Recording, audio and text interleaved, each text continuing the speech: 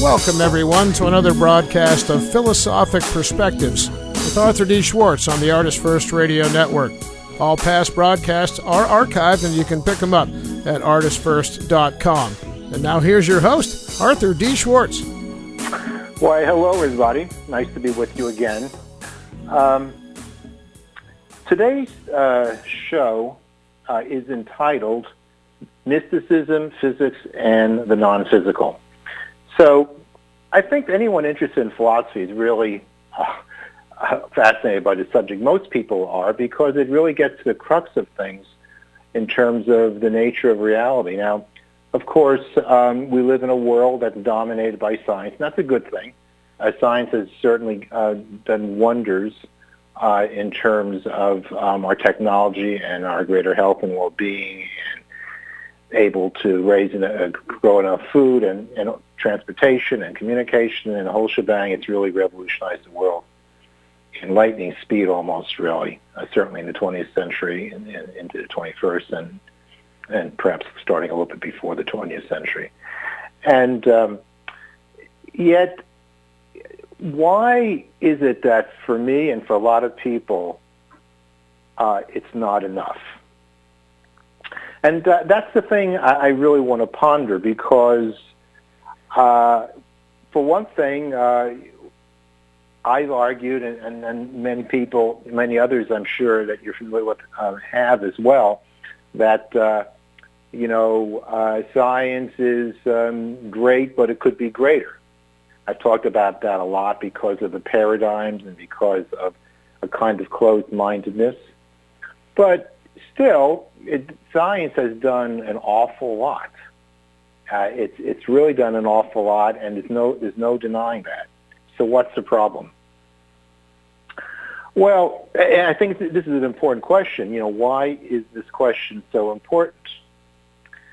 And I think it is because no matter how much science does or perhaps can do, and I think it can do more, actually, because of a kind of narrow focus, a kind of closed-mindedness in terms of what is scientific and non-scientific or unscientific, that it does not solve the problem of, one, values, and also of the sense of, does it explain what we need to explain? In other words, some would say that science is a substitute or replacement of spirituality. And, I think that's a fair question. Some could look at the world today and all the hope that it has, and so they would say, well, we don't need spirituality, we have science. But then, of course, the obvious point would be, look at all the horrors in the world today, and look how much those horrors have been aided and abetted by science. Because without something else driving it, science, like anything else, can get lost. So let's get down to this. Let's talk about what some things are not science. This is non-science. The courtroom, in a court of law, when a jury convicts or finds innocent an accused, while science is brought into the picture, the reasoning will not necessarily be considered to be scientific, because you can't put everything into a laboratory. You can't have everything in terms of controlled experiments. You have things that are, based upon evidence. And the evidence, there's a little bit, the scales of justice. There's a kind of a subjectivity there. Well, in terms of the nature of reality, sometimes it's like that. Sometimes there's a lot of evidence, but because it cannot be proved, quote unquote, in a laboratory, it's not accepted with the same force that typical scientific beliefs in terms of experimentation, technology, and so forth and so on. And so let's move away from that. There's a well-known author named Larry Dossey, Dr. Larry Dossey. And he's written books for many years on the subject of, he's known mostly for the influence of prayer on health and well-being. And there seems to be some evidence to that. I know there are critics about on that subject, but let's just, for the sake of argument, let's just say that there is some evidence in that direction. Well, but it's not, I mean, I'm not going to say you should pray for somebody and not give them medicine. It's not really the point. The point is, does it help? And the jury may well be out on that question. This is in the realm of parapsychology. The author, Dean Radin, wrote a great book, I think, quite a few years ago, I think about 15 years ago or so now, called The Conscious Universe. And in the book, and I recommend that to everybody, it's a great book. In that book, he focuses on metadata. And so while individual experimentation for, things like telekinesis, clairvoyance, precognition, so-called, paranormal phenomena, that while individual experiments don't really, aren't that persuasive, when you pull the whole thing together, the weight of that, this is a metadata, where you combine these various experiments, and when you put them all together, the result is astronomical in favor of the fact that there is some weights. It's weighted in favor of something going on that cannot be explained, quote unquote, scientifically. Let's move along to something that's I'm somewhat familiar with, the subject of reincarnation. And you have Dr. Ian Stevenson writing a very voluminous and famous book. I'm not sure when it came out. I think it's probably around the 60s, I think. He dealt with child patients of his who were having these recollections of past lives. And he would have, I think there are hundreds and hundreds of these things, and they're incredible. Excuse me. And every now and again, you see things in the news. You have these things where you can't explain. You can't explain it. I remember seeing something on television where these two young girls suddenly were speaking ancient Sanskrit.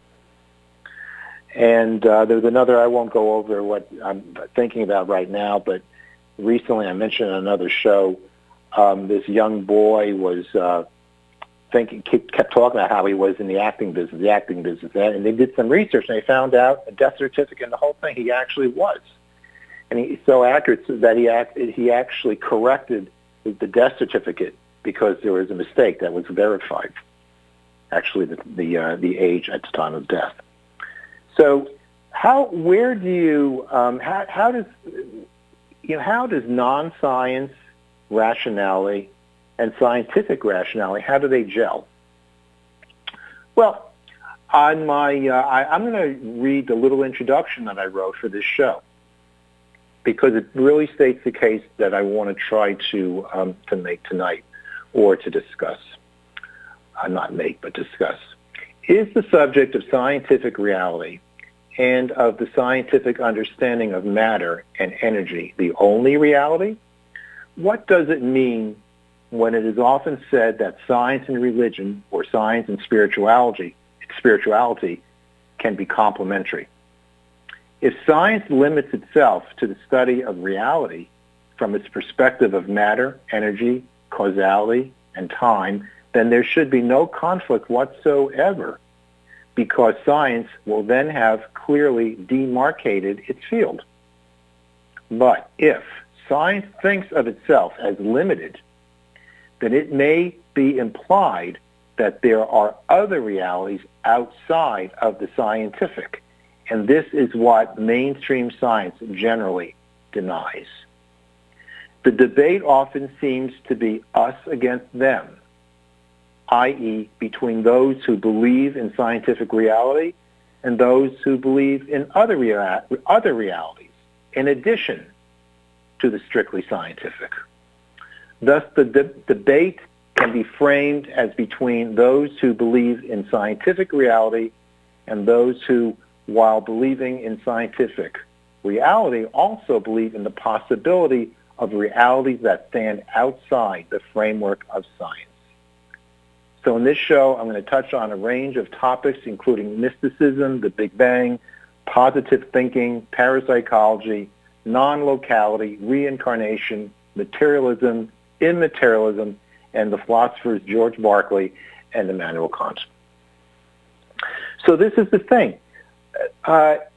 Yes, science can demarcate itself in terms of this is what we constitute science, and everything else we're talking about, parapsychology, is not science. Fine. That's perfectly okay if you want to draw a line around what your field can do and call that science and call the rest of it something else. Now, here's the problem. What is often done is that rather than saying, well, this is science, and then, the other thing is something else, but it's not illogical, it's just not what we can call science. Rather, they call it pseudoscience. They call it stupid science. They call it way out. They call it not worthy of serious consideration, and so forth and so on. And that's the problem. And why is it a problem? Well, science is doing just fine, gaining lots of information, creating lots of technology. So what's the problem? Well, I think the problem has something to do with the longer-term view of reality and of human destiny. It really does. Now, because I think the reason is because science is very closely conditioned, that it's a demarcation of a wide scope of discovery and of experimentation about the world we live in, and it's beautiful, it's wonderful, it's incredible. We couldn't live without it at this point. But still, the question becomes, as we move along in time, will science kind of run out of space without some higher authority? So, it's often, the question is, well, there's people who are very religious, but they're also scientists. So do they have it right?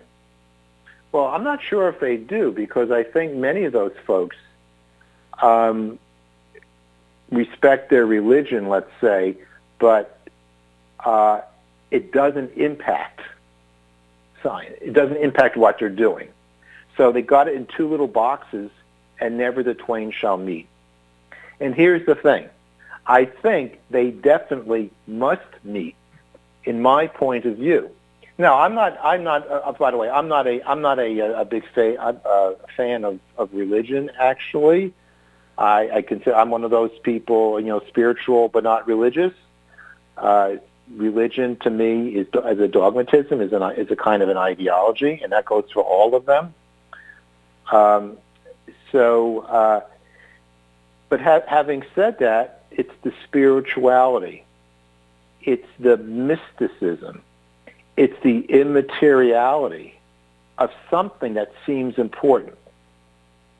Now, this kind of comes into that philosophy of mind thing, the hard problem, they call it. To me, it comes down to feeling, pain, emotion, sorrow, regret, longing, caring, missing, loving, fear, pain, pleasure.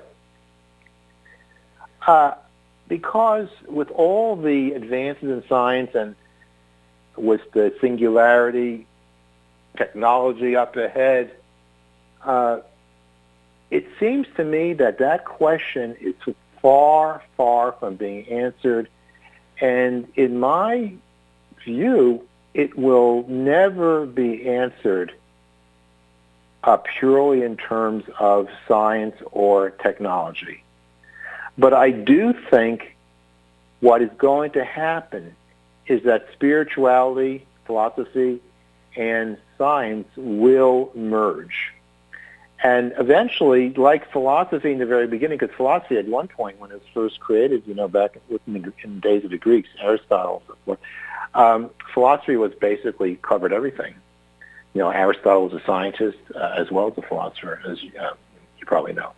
So I think that's where we're heading. We're gonna reach a point probably maybe within the next 100 years where there won't be a distinction. There'll be distinctions in terms of types of work that people do, but the notion of what is science and what is spirituality and what even is philosophy, that's a little bit of a different conversation, but will basically merge, and they will be just considered wisdom, which after all, that's what philosophy means, love of wisdom. Or is it love of knowledge? I think it's love of wisdom. But that's really what philosophy, I think the essence of philosophy is love of wisdom. And our very fragmented, specialized world, has caused us to lose sight of the forest for the trees. But I believe that we're heading full circle to a time when that's gonna come together. So this conversation I'm having right now is an outgrowth of these topics on mysticism that I scheduled, recently with the Social Philosophizers Club, and I studied a little bit of it. Despite my my clear bias, the fact of the matter is I'm not overly studied in mysticism or even metaphysics, yet I have done a little. And I feel that I'm coming back to it. Somehow I feel this incredible draw. I've always felt it. I think I inherited it from my mother. May she rest in peace. And I don't know, I think this is my own personal destiny to return to that, because it does create a view. It does create a kind of a large scale perception that helps us in our existence. And so we have things like, the power of positive thinking, and we have, of course, The Secret, and that movie in the book, and the great movie, What the Bleeps. And they all those lines of thought are going in the direction that I'm going. Norman Vincent Peale, the author of The Power of Positive Thinking, was a reverend. Yet the book is extremely ecumenical, you might say. But he does quote the Bible a lot. And I just love that complementarity. The philosopher William James was quite a religious man, and yet he, as the founder of pragmatism, he looked much as I look at it in certain ways. Religion is a functional thing. It's and so therefore I think it has its place, or I would say spirituality. Not much of a fan of religion, really, honestly, but spirituality does have a place in in the human reality. And so that's the reality that's outside of science. The science, if you draw the line around what constitutes science, verifiable experimentation and verifiable applications that confirm the theory behind the science and so forth and so on, I think that's fine. It has to be that way. But that is not the full content of reality, in my view. Or shall we simply say that, Dr. Ian Stevenson was, full of it. Larry Dossey, Dean Rain, all these people. You can, but you can only do it with a closed mind. And then by dogmatically turning what should not be a dogmatism into a dogmatism. The scientists, when they talk about reality as the sole species of science, it's a little bit like them having their cake and eating it too. Because in order to have that cake, they must keep their mind closed and exclude anything other than what falls under the realm of science. Of course, as we all know, science itself has evolved over time dramatically, and what is called science today was not science, of course, back in the day. So science changes, like it or not. This whole topic of religion versus science, or spirituality versus science, in the end of the day, like I was saying, the answers will resolve themselves. The questions will be answered. My personal view is we're going to come back to a point sort of analogous to the old view of philosophy. In other words, all these fields have wisdom. And while there are specialties within that, they have a mutual respect and recognition of value. And I think that's the direction we're going to go. Before we leave for a break, I want to mention those philosophers, George Berkeley and Immanuel Kant. Now, Berkeley is known as the immaterialist, because he's the one. Well, that old story. No one's in the woods and the tree falls, did it make any noise? And that actually comes from, I don't think Berkeley. Maybe that was his example, but I think it's more derived from his work, because basically George, actually his name is pronounced Barclay. George Barclay basically said that extension, in other words, matter itself, is just a perception, just a sense, just like hearing is, just like sight is, just like feeling, just taste and so forth.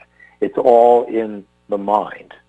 And so therefore, if there's no one to see the tree fall, there was no sound because no one heard it. I mean, I wouldn't actually agree with that in terms of the way I just worded it. But it gets to the idea that the world has an immaterial aspect to it. And, Berkeley, by the way, I think was the Bishop of Dublin, I think. He's an Irish, I believe he was Irish. And, he was a leading religious figure. And he basically embodied what I'm talking about. Because, you see, that immaterialism was adopted by Immanuel Kant. And he referred to reality as noumena, because, like what Berkeley said, what we see the world as being, it's just in our mind. So we don't really know what's out in what it is in reality. So Kant called it noumena. And then he had a whole superstructure which basically justifies science. Kant, in practice, actually is probably rather a dogmatic scientist, as I was explaining it. But in terms of the logic of the system, it's based on that noumenal thing, that reality that we can never know what it actually is. And if you don't know what it actually is, it would seem to me that we must keep our minds open to learn something that will contradict what we thought before. So Kant's system is a little bit contradictory, but if a Kantian could see that noumena as a green light to relax the closed mind and to entertain things like mysticism or things like alternative science, then I would say they would have that pretty much right. As it stands, I'm more in favor of Hume than Kant, because Kant does have that what I would consider a dogmatic streak. After all, Kant's the one who came up with the example of a criminal or a killer pursuing a man, and the man runs into a house and he hides, and he knocks on the door, and the homeowner, answers, and the killer asks, "Where is he? Did you see him? Where did he go?" And the homeowner said, "Well, I cannot tell a lie." And so, look, he's over there. He's hiding over there. Because in Kant's moral philosophy, he believed that you cannot lie. All lies are wrong without exception. And so you run into these ridiculous consequences of doing what would be an incredible wrong and pointing the killer to the innocent person who's hiding. So that was kind of a difference. That was an ethical example rather than a metaphysical example, but it makes the point that Kant can be awfully dogmatic, and that's his major flaw in my view. Well, we're going to take a break. We'll be back in a few minutes.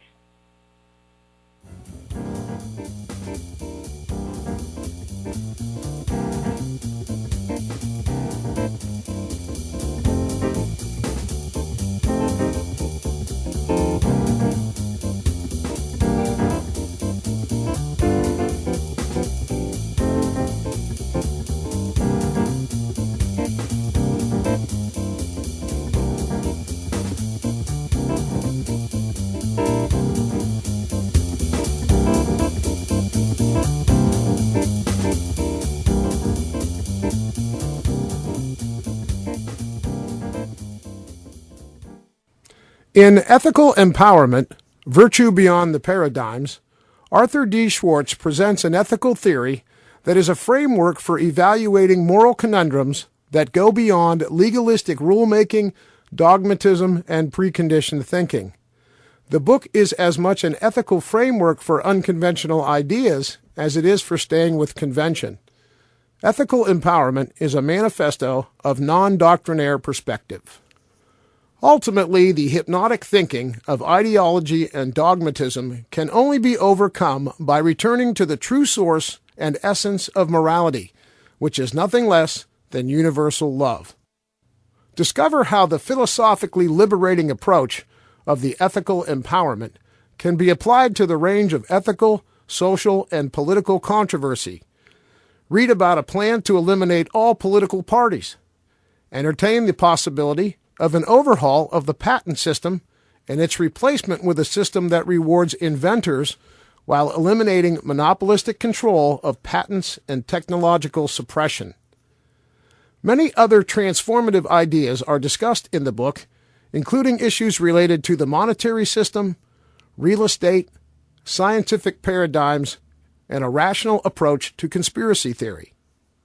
While ethical empowerment will challenge your mind to consider new perspectives, the ethical challenge is always to keep the diversity, depth, and breadth of perspective within the boundaries of love. Ethical Empowerment is available at Amazon.com and most online booksellers in both print and e-book editions.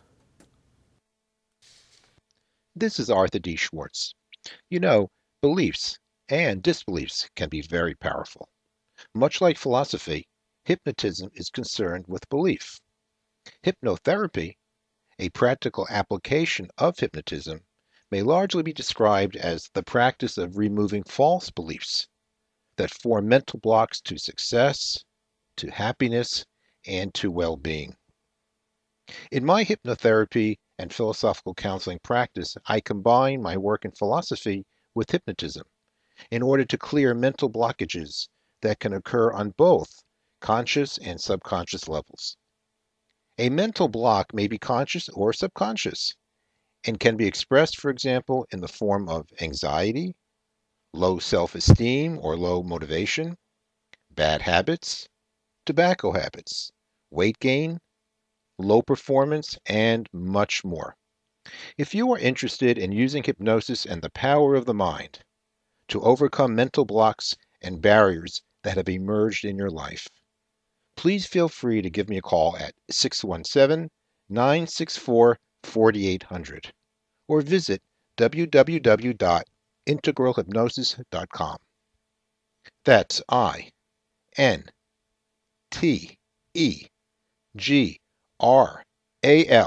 hypnosis.com.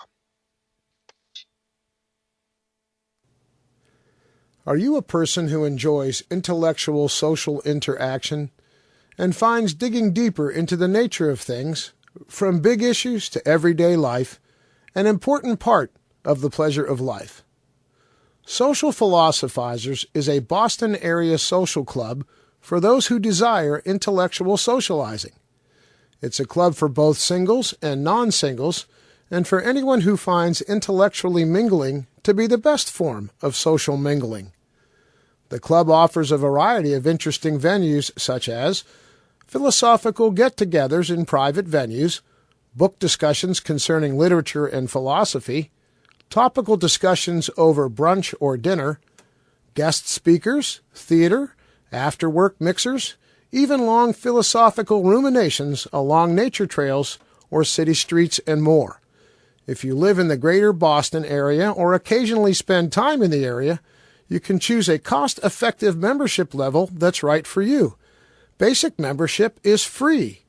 Find the link on Arthur's Philosophical Perspectives show page at artistfirst.com or just search socialphilosophizers.com. We hope you'll join Social Philosophizers today. That's socialphilosophizers.com.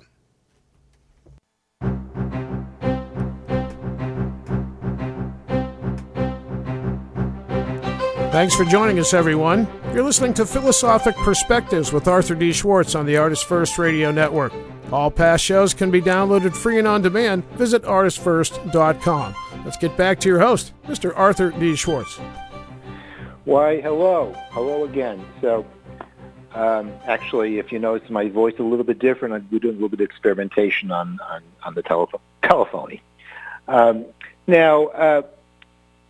So I'm going to segue a little bit, and I want to kind of get into this mysticism subject. So I've always had that streak, and again, just to drop back a little bit, following up on what I was talking about before.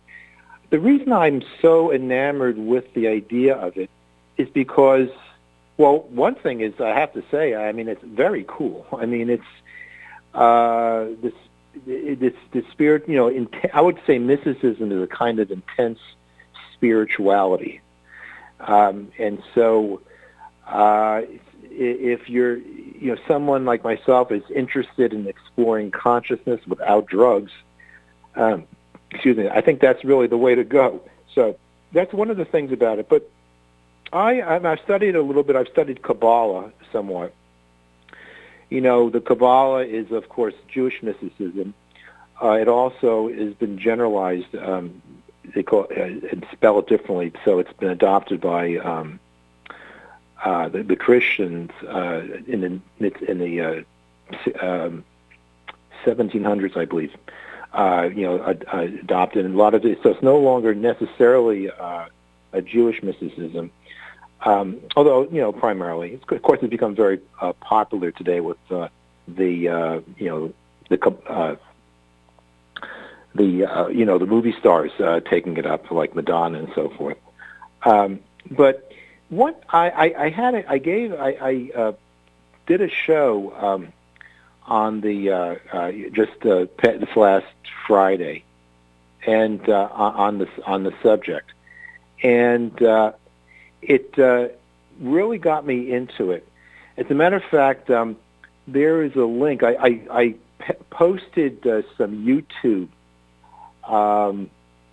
links on different subjects of mysticism, not just the Kabbalah, Sufism, and I had a piece by Alan Watts, actually Bertrand Russell. I have 5 video or audio clips on YouTube, and actually, I might as well tell you right now where that is. Let me just get it here. The subject of that conversation was mystical traditions. Do they have a role in rational life? You can find what I'm talking about on the Social Philosophizers site. The link is there on the show page, but you can just type in socialphilosophizers.com. And this meeting was just a few days ago. It was, what is the date? It was Friday,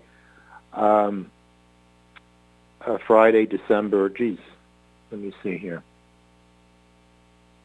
Hold on 1 second. When was last Friday? Friday, I think it was February.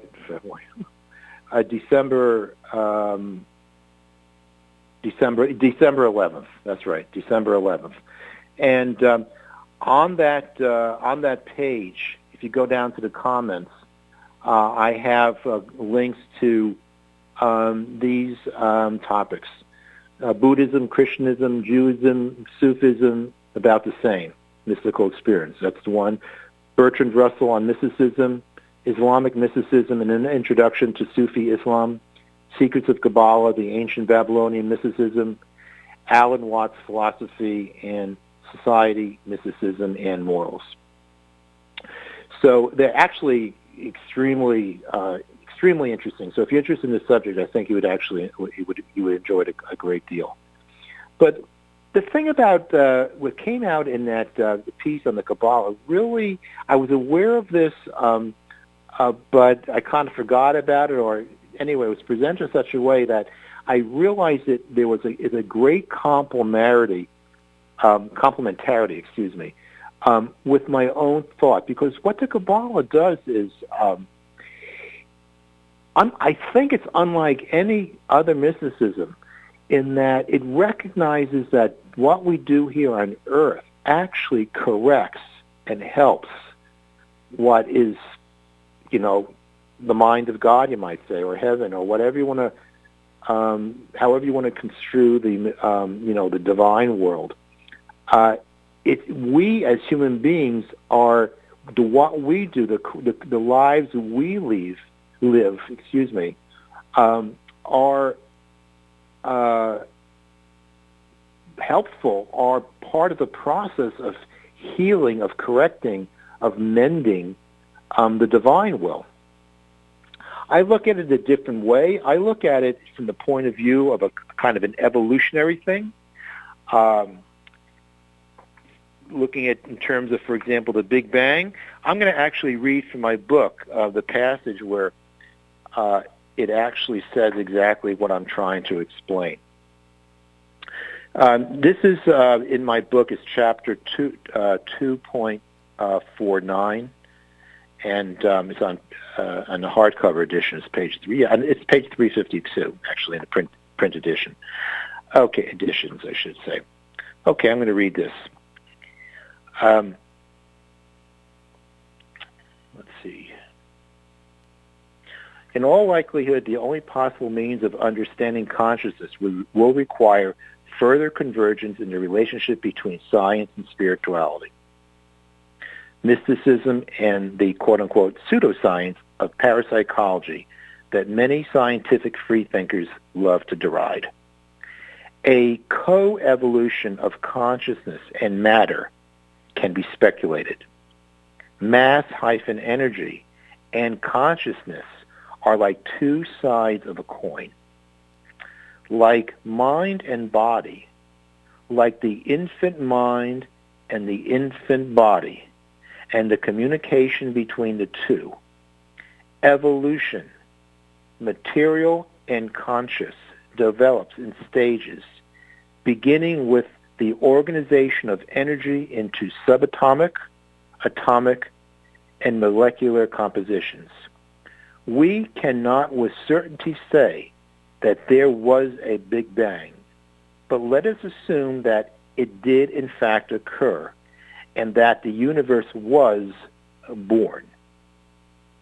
And the baby universe, with its infant consciousness, somehow formed the first wave or subatomic particle, and then the first atom, then the first molecule. And during this process, even the laws of nature, so-called, evolved or emerged. Then the first gases, the first liquids, solids, galaxies, suns, planets, DNA. And from all these things, finally, life too was born.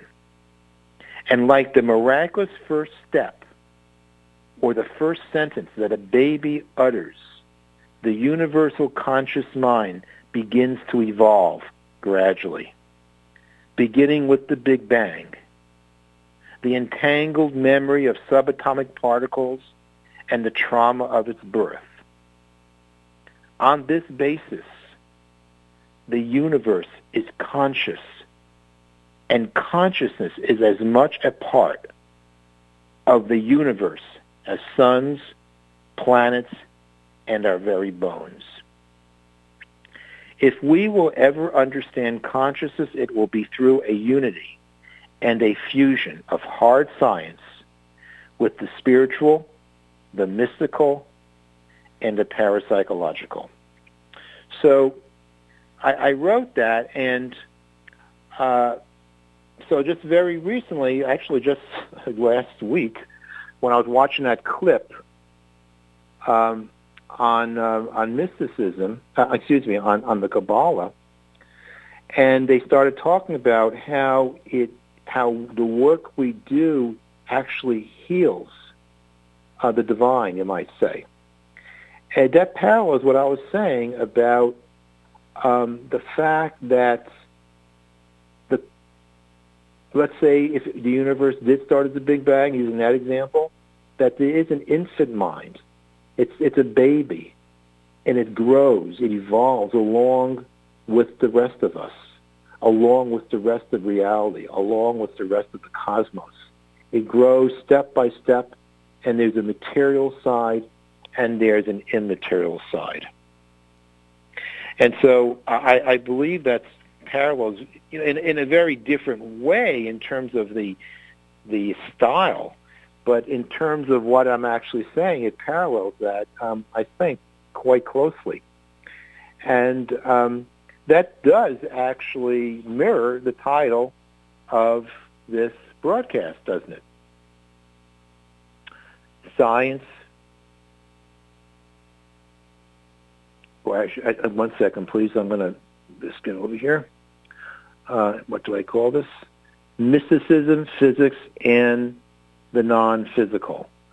The relationship between the physical and the non-physical is what I'm saying, and what I believe is what I'm, arguing for, is that it's embedded in the very nature of reality.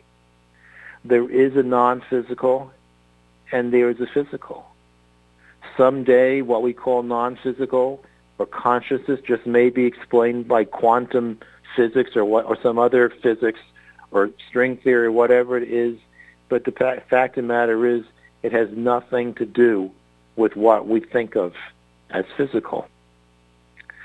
And so this is why I think, like I was saying, in the beginning of philosophy was knowledge. They didn't neatly divide scientists from philosophers and so forth and so on. Aristotle was again the first scientist and one of the first philosophers. arguably the first philosopher in terms of the way it's done today. And the essence of that is that knowledge is both. Wisdom comes from both the immaterial and the material, from mind and body, from facts and feelings. The philosopher David Hume said, reason is the slave of the passions. And Hume, of course, was a radical empiricist. So he certainly was not arguing what I'm arguing. For him, the passions have a very physical explanation. But I disagree there. I don't really think it does. Sure, okay, it's in the brain. I got it. Pain, in the brain. Got it. Jealousy, got it. In the brain. But how do I actually feel that? How do I actually yearn? How do I actually feel embarrassment? The brain is doing its thing, but what's feeling? What is the thing that is feeling? That's the thing about it. I think when we get into these conversations, it's an infinite regress because, okay, we got it. We've located. It's what the neuroscientists do today. We know where this emotion comes from. We know where this feeling comes from. And they map out the brain and all the different points where we're getting these feelings and these sensations and this brain activity. But what is actually feeling it? I mean, what is feeling it? It's some of these things you can't explain. I know it's hard. It's hard to actually put into words. But I want to know. I'm talking right now. I got a slight headache. I decided I was going to do this talk because it basically came about because I was doing these discussions. And okay, but who am I? I mean, I recognize the cause and effect clearly. I mean, the conversation I'm having is definitely cause and effect because I know what happened and what came next and what came next. So that's very clear. I'm not exactly sure how I thought of it in the first place, but it's been, like I said, it's been an interest of mine for a long time. So that's not so hard to explain. But I don't. This doesn't explain to me who I am, and there's been no explanation that I've heard that a reductionism meaning, taking everything from a very physical, factual nature, and then reducing it to, or everything that every kind of thing I experience, every emotion, every experience, everything that happens in my mind can be reduced down to the physical reality of a brain cell somewhere. And then so moving along, then we come to the question of reincarnation and children remembering things that they had no explanation for at all that makes any kind of sense. And so rather than saying, well, you know what, maybe there is something to this reincarnation stuff. Maybe these hundreds and thousands of years experienced by the Hindus, for example, and the Buddhists and the other mystical traditions, rather than just saying, well, it's just an old-fashioned, archaic, unscientific way of looking at things. Rather than saying, well, you know what, they're more believable than debunking, than debunking the subject and saying it's a bunch of bunk. I mean, maybe I'm certainly willing to believe that the traditional explanations are only maybe metaphorical, they don't have the whole story. But to simply reject and say it's bunk because it doesn't match up with our scientific paradigms and our norms and what we consider from the scientific point of view, what can possibly constitute reality and what not. Now, it really is quite clear that the dogmatism, the ideology in these cases, go right back to the scientists who is claiming this, because the ancient wisdom has much to say, and I think we have much to lose by simply rejecting it. And we have much to gain by exploring these subjects. Now, I mentioned mysticism, but I also mentioned, Sufism, which is, the most famous writer and subject, I think, is Rumi. Many of you probably are somewhat familiar with him. And Christianity was Gnosticism, which is, and there are other forms as well. Of course, we think of it in terms of the East, the Hindus, and Buddhism. Specifically, in both Hinduism and Buddhism, there's Tantra, and there is Kundalini Yoga, and there are more contemporary forms that, in terms of theosophy, Madame Blavatsky. I don't know too much about that, really, even though I participate in some theosophy, but I really haven't read her book, The Secret Doctrine. It's a very large book. Hold on a second here. I want to mention a couple other more contemporary. Gurdjieff is one, and also, I don't get it right here. I'm going to pull it down. Gurdjieff and his student, Ouspensky. And, some of these things that seem I remember reading Ouspensky years ago, and I thought it was absolutely ridiculous.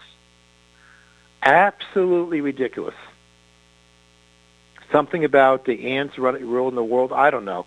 But you know what? I must have read that book. The one I'm talking about, I think, is called The New Order of the Universe, something like that. And it must have been, let me see. Yeah, it was about 40 years ago that I read it. So I'm going to read it again, because you know what? I think this is my destiny. I'm going to really get into mysticism. However, I will not forget my roots in people like Hume and Wittgenstein. And one of the reasons I'm getting into it is because there is a complementarity with the book I completed, Ethical Empowerment, Virtue Beyond the Paradigms, because that ethics has the kind of it escapes generality, escapes rules, and goes to a deeper source that plays out in a consensual way. And in my next book, I'm going to take that same sort of formula and apply it to mystical pursuits. And so, thank you so much for listening. Before don't play the music too soon, Scott. I'm not just quite sure I'm going to leave you right now. I just want to make sure I covered all the bases, which I think I really have. So, actually, Scott, yes, this is we'll conclude tonight's broadcast. Thanks for joining me. And for links to my book, Ethical Empowerment, my philosophical counseling and hypnotherapy practice, and the Social Philosophizers Club, please visit arthurdschwartz.com. And this is Arthur D. Schwartz reminding you to live well, please. And please do think deeply. Until next time, good night, everybody.